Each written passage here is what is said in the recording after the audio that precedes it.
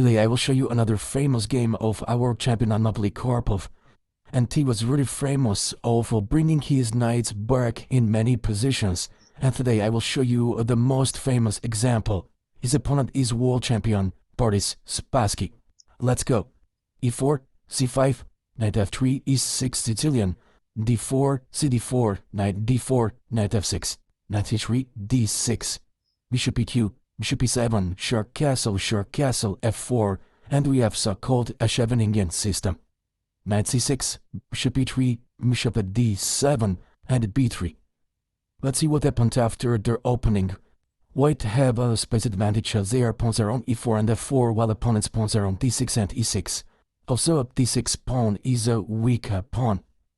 But with this d6 and e6 pawn, as they are covering all these four squares, and black will try to get compensation for these things with this c half a pawn line, which will belong opponent's rook of this rook or another's rook.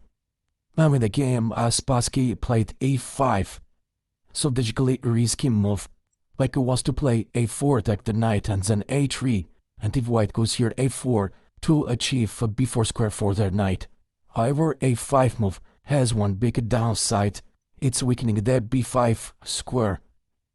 a4 was played at the hit control over b5 square, giving the b4, and the thing is that when white achieves this b5 square, it will be forever there, while this knight on b4 will be easily pushed with c3 move.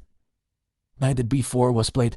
Next move of black is going to play bishop c6 and attack the e4 pawn, and Karpov in advance defends the e4 pawn, playing bishop f3, bishop c6, and knight d4 back. It looked like just a few moves ago white played knight b3 back, and now they play knight d4 back, but it's very logical. They played here knight b3. This is a logical move because white has space advantage, and in space advantage positions it's better for you to keep the pieces. And now when black played a5, okay, now knight can go back to d4 and b5. Karpov here could start with knight d4, bishop c6, bishop f3. It could be the same, but it's already bishop f3. Bishop c6, knight d4. Black played here g6. The idea is that if they played here e5, right away attacking the knight on d4 and fixing the e4 pawn some kind of weakness, e5 is weakening the f5 square, and white could play knight f5. So if was played g6 first, with next move e5 idea. And now here Karpov did a super move rook f2, a multifunctional move. What is happening? After black plays e5, this knight on d4 will be moved from here, and then queen on d1 will be the defender of c3 pawn. It's playing rook f2 move.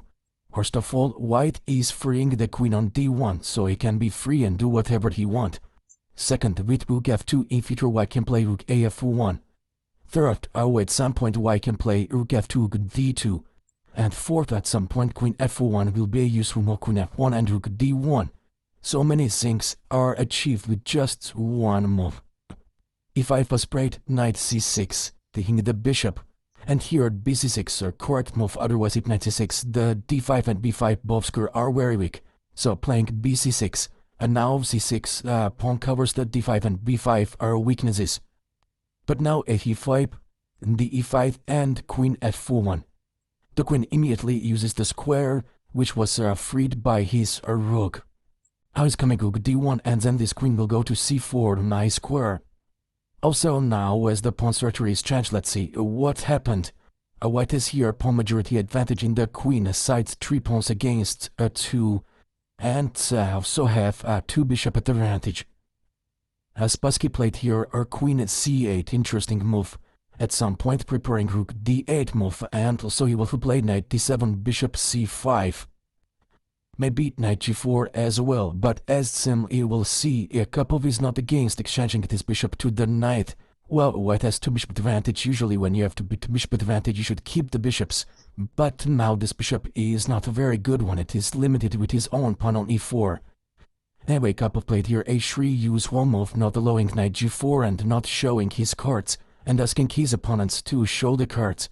And after black played knight d7, with the idea to play bishop c5, and exchange these bishops, after which will not have a 2 bishop advantage. Also, when we have e4 pawn and this bishop is limited, that bishop on e3 is very important, and at the same time, the e5 pawn can limit the opponent's bishop on e7, so exchanging these two bishops would be very good for black. We know already this from one of our chess mode webinars, when we covered the topic about exchanging the bishops. And now in this position Karpov played very strong move bishop g4. He's pinning the knight, and after h5 he takes bishop t7. He gives his two bishop advantage, exchanging the f3 bishop, which was limited with e4 pawn. But he's opening the f line for his pieces. Queen rook in feature white is going to play queen c4 rook f1. White could not have put so many pressure on f7 pawn if as there was bishop on f3. So giving up two bishop advantage, he's taking care of from the board bad bishop and also opening the f line. And queen c4 right away, preparing rook a f1 and attacking the f7 pawn. You see how deep it was rook f2 move, yeah? White can play queen c4 because rook f2 is defending the c2 pawn. Bishop h4 was played, taking off this rook from the f line, and it should go to d2 because it could not stay on f3 on f line anymore because c2 was hanging. But rook d2, it's okay, it's coming with tempo, attacking the queen, queen e7 and rook f1. It took like that white could play here bishop c5 and win an exchange over the d2 rook is not deep-minded, and black could play queen g5 with the idea of the bishop f8 take or rook on d2. So Karpov is just playing rook f1, bringing another piece to the game, and now both rooks of whites are doing super. One rook is putting pressure on f7, another rook is on their open line. Black played here rook fd8, writing back for their open d line. And in this position, Karpov did one of his most famous moves of his chess career. I have for you to post a video and think a bit. Okay, let's dive into the position a little bit deep. Let's think in this way, which of our pieces are doing good, and to which of our pieces we could bring to the better position. But let's start with the queen. Here, queen is obviously staying a very nice position. He's putting pressure on f7. He is looking on c6 pawn, so this is definitely the best place of the queen. But queen f1 is doing super here. Rook on d2 is fighting for d line. Bishop e3 as well is placed very well. The only piece is that not doing anything is the knight on c3. It's limited with c6 pawn. I can never go to b5, never go to d5. And what is doing here Karpov? Knight b1. A super deep move. Knight is coming to b3, taking the a5 pawn, much better position, or going to c5, or going to d2 f3, and in future maybe g5, joining the attack in the king side. Also, with playing knight b1, white is freeing the square c3, so white can play c3 and remove the knight on b4. Such a deep move by Karpov. Yeah, he was really famous of bringing his pieces back at some points, and this is one of the most famous examples. If rook d2, white is going to take knight d2, not bishop d2, and knight comes to the game, then go to b3, especially black plays rook d8, writing for d line, then the rook on a8 while defending the a5 pawn, and with playing knight b3, white can right away use this. After d1, black played queen b7, and king h2. Another nice move, typical to Karpov style, a deep move. Their idea is that in feature when white goes to f3, black can play bishop g3 move. So with black playing king h2, white is taking control over g3 square. And there is one more idea in some positions when the king is on h2, white will be able to play g3, taking the bishop, and when the bishop moves, then rook f2, taking their f7. King g7 was played, c3 finally, as this knight on b4 to move back. Knight a6 and rook e2, another a deep move by Karpov. Black didn't exchange the rooks. Okay, now white keeps the rook, because after g3 this rook has his mission to stay on f2 and attack the f7 pawn. Black played rook f8, defending the f7 pawn. There will be not much difference if black played rook d7. Anyway, knight d2 is coming. Knight d2, knight f3 attacking the bishop. And black can never take the b2 pawn because after knight f3, as able b attack on b2 and attack on h4. After rook e2, rook f8 was played and knight d2 anyway. Queen b2, as we spoke already, No way, as knight f3 is able to lose a piece. After knight d2, black played bishop d8, going back with the idea to play f6. Now the rank knight f3, knight g5 maneuver. Knight f3, now e5 is hanging, and also white wants to play next move knight g5 as well, lacking the f7 as a rook f2 is coming, and black will never able to play f6 because of knight e6 track. So knight f3 was played f6, and now rook on e2 is going back to d2, getting the d line, because the planned bishop is on d8, so there is no rook d8. How deep everything is going, right? Now white is going to play queen e6, rook d7, or rook d1 and rook d7, so black should hurry up and played a bishop e7 with the idea to play rook d8. But now queen e6, rook d8, and rook d8. Here, from this position, Karpov is calculating variations and winning the game are a bit force moves. Now black can take bishop d8 or rook d8. The game has played bishop d8, because rook d8 allows knight e5 tactic. If at e5, rook f7 is coming. And if queen c7 pinning the knight, it's a simple queen f7 track. Now king h6 because bishop on e3. I wanted to say queen g6 checkmate. And if king h8, there is no knight g6 checkmate because of the pin. But there is a nice move, queen e7. A nice tactic after queen e7, knight g6 is coming, winning. Bake the queen, and if queen e5, fe5, black is 1 pawn down, but after rook f6, they are losing another pawn, g6 or c6. So the position is hopeless.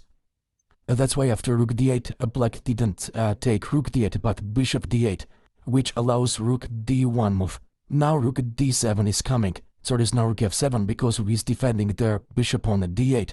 And after knight b8, bishop c5, attacking the rook on f8. After rook h8, the last nice move, rook d8, and black resigned. White is crushing black's pyramid. After rook e8 is coming, bishop e7, attacking the d8 and f6. And it's over. Queen, bishop, and knight going through a great checkmating attack. For example, rook e8, queen f6, track. If king h7, queen f7 track. And if king h6, bishop h5 is checkmate. If king h8, bishop f6 is a checkmate. If king h6, then knight h4 is coming. Queen g6 is a checkmate. And after rook g8, knight f5 track. King h7, queen f7 track. King h8, bishop f6 with checkmate son. One of the great games of world champion Anatoly Karpov. His style was so strong. Everything started actually on the move 10. From this knight b3, white has space advantage, so they are keeping the pieces. And after a5, a4, knight is going back to d4, to b5. After g6 it was played this rook f2, a multifunctional move. Rook d2 it will be possible, queen f1 really possible. Rook f2 is defending the c2 pawn. And after d5, knight c6, bc6, take, queen f1. When queen goes to c4, it was bishop at g4, strong move. White has 2 bishop advantage, but with playing bishop at g4, they are opening the f line, and they don't mind to give their bishop, queen c4, rook d2, rook f1, and here it was this knight b1. Fantastic move by Karpov, knight b1, the move which won the game. In this commented games, of course, there are lots of games of Karpov, and you can understand he was my favorite chess player when I was kid. And you see that it's very objective. He was playing so strong chess. You see how many subtle moves he's doing during his games. Okay, champions, Gio, the quiz with you. See you during the next games.